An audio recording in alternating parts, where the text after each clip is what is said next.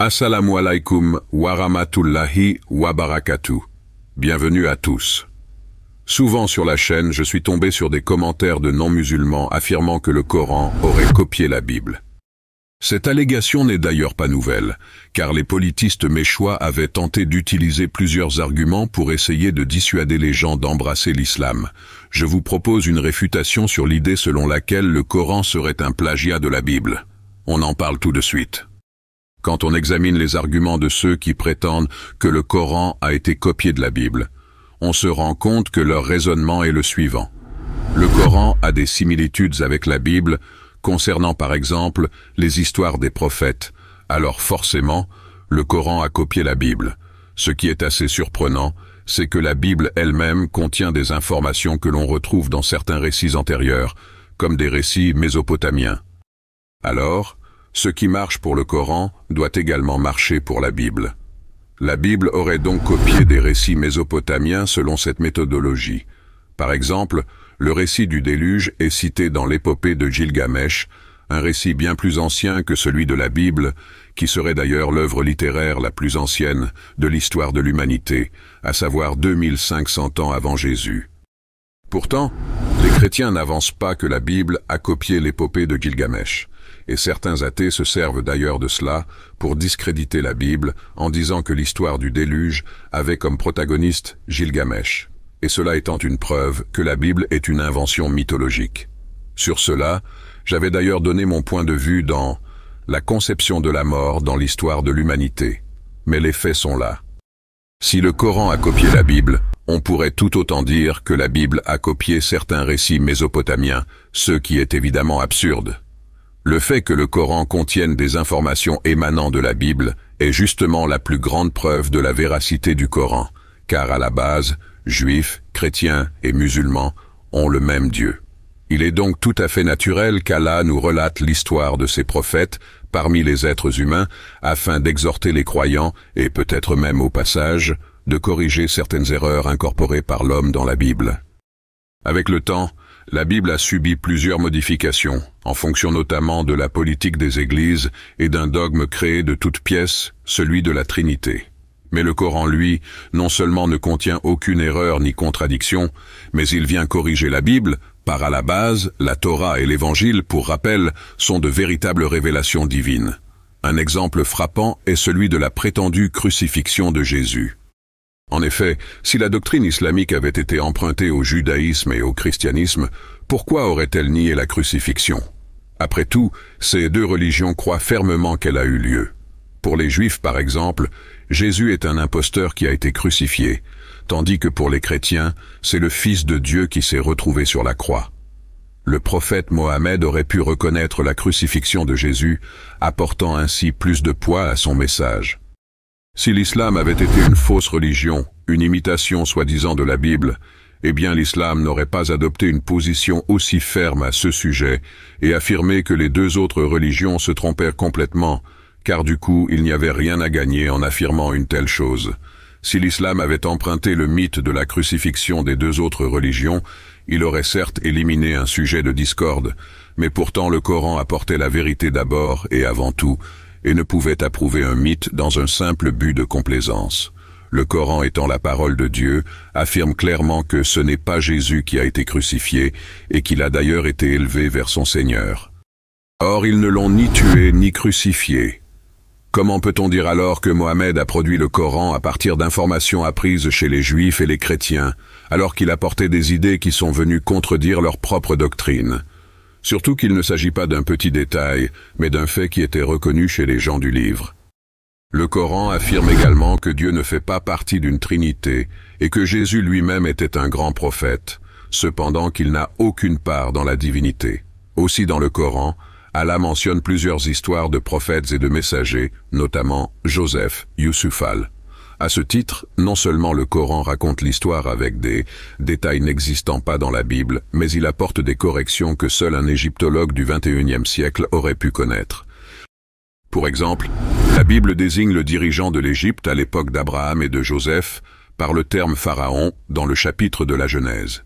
Ce terme pharaon n'a été utilisé qu'à partir du Nouvel Empire, ce qui signifie que l'utilisation du terme par la Bible dans la Genèse est un anachronisme.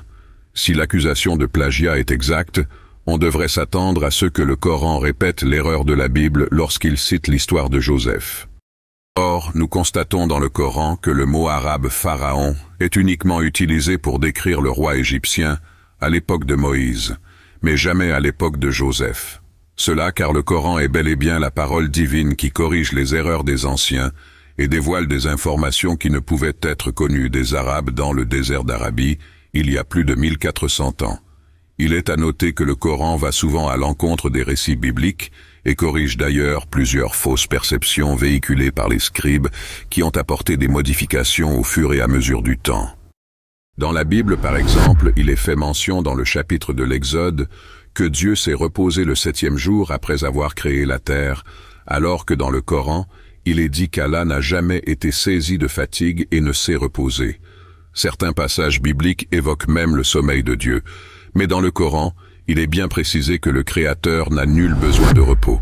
Allah, point de divinité à part lui, le vivant, celui qui subsiste par lui-même, Al-Qayyum. Ni somnolence ni sommeil ne le saisissent.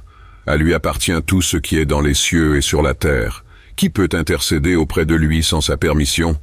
Il connaît leur passé et leur futur et de sa science. Il n'embrasse que ce qu'il veut. Son cursi déborde les cieux et la terre, dont la garde ne lui coûte aucune peine. Il est le Très-Haut, le Très-Grand. Dans le psaume, il est dit que Dieu oublie, or le Coran affirme que Dieu n'oublie jamais rien. Dans la Bible, la terre serait âgée de 6000 ans, ce qui est aujourd'hui inacceptable, et le Coran ne reprend pas cette erreur biblique. Encore une fois dans la Bible, lors de l'Exode, les Israélites étaient au nombre de 600 000 hommes, sans compter les femmes et les enfants. Or il faut dire que le Coran ne mentionne pas un tel chiffre, et d'ailleurs il les fait mention dans le sens du verset. Puis Pharaon envoya des rassembleurs dire dans les villes, « Ce sont en fait une bande peu nombreuse ».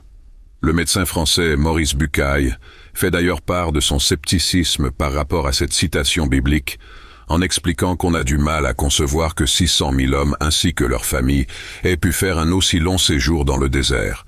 Aussi dans la Bible, le prophète Aaron ne s'est pas désavoué de l'adoration du veau d'or par les enfants d'Israël, au contraire il participe à cette abomination.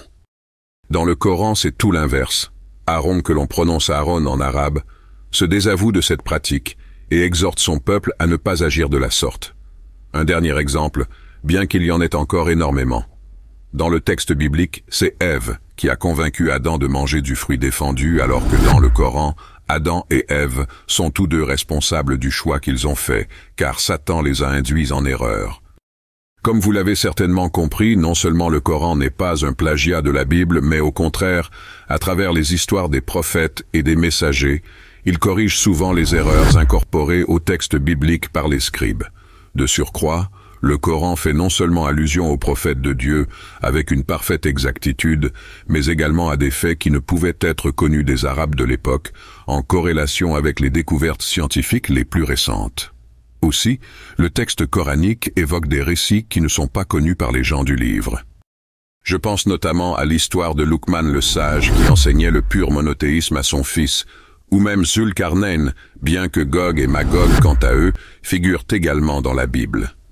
Il y a aussi l'histoire des gens de la caverne, ou bien même le passage de la Vierge Marie, qui a été innocentée de l'accusation de fornication lorsque Allah a fait parler le bébé Jésus dans le berceau. Concernant Jésus, le Coran affirme que parmi ses miracles, il a donné vie à des statues d'argile. Ce qui n'est pas mentionné dans la Bible encore une fois. Pensez-vous d'ailleurs raisonnablement que les Quraysh n'auraient pas tenté d'espionner le messager d'Allah? Si certains rétorquent, oui, mais il a pu s'instruire de par lui-même. On rappelle à ces gens que le prophète était illettré. Il ne savait ni lire, ni écrire, et on ne l'avait jamais vu en train de lire un livre ou une page, ou même porter une plume pour écrire, ce qui est d'ailleurs attesté dans le Coran. Et avant cela, tu ne récitais aucun livre, et tu n'en écrivais aucun de ta main droite, sinon ceux qui nient la vérité auraient eu des doutes. De surcroît, certains passages bibliques font mention d'un prophète qui viendra rétablir la vérité issue de la descendance d'Ismaïl alayhi salam. Le Coran nous informe quant à lui, dans le sens du verset, ceux qui suivent le messager, le prophète illettré qu'il trouvait écrit, mentionné, chez eux, dans la Torah et l'Évangile. Il leur ordonne le convenable, leur défend le blâmable, les bonnes choses, leur interdit les mauvaises, et leur ôte le fardeau et les jougs qui étèrent sur eux. Ils ne pouvaient pas vivre ou fonctionner sans la perfection de leurs capacités linguistiques. Néanmoins, lorsque le Coran leur a été récité, ils en ont perdu leur souffle. Ils étaient abasourdis, incapables et stupéfaits par le silence de leurs plus grands experts. Ils ne pouvaient rien produire de semblable au discours coranique. Le Coran a mis au défi ces linguistes d'imiter les caractéristiques littéraires et linguistiques uniques du Coran, mais ils ont échoué. Mais ce n'était que la perfection linguistique du Coran. Encore une fois, le Coran contient des informations sur les peuples du passé ainsi que les histoires des prophètes et des messagers, apportant parfois des corrections d'erreurs présentes dans la Bible. Mais il fait également allusion à des événements du futur, qui se sont produits exactement comme le texte l'avait prédit. Le Coran mentionne également des faits scientifiques qui n'ont été découverts que récemment par les chercheurs, mais j'ai déjà réalisé plusieurs vidéos sur le sujet des miracles du Coran. Finalement, le miracle historique du Coran et la manière dont il apporte des faits des anciennes nations démontrent qu'il était impossible pour un homme illettré de les connaître. Cela prouve définitivement que le Coran n'a pas copié la Bible car le Coran est la dernière révélation de Dieu pour toute l'humanité. Et Allah, c'est mieux, j'espère que cela vous aura été profitable. N'hésitez pas à vous abonner. Que la paix et les bénédictions d'Allah soient sur le prophète, sa famille et ses compagnons.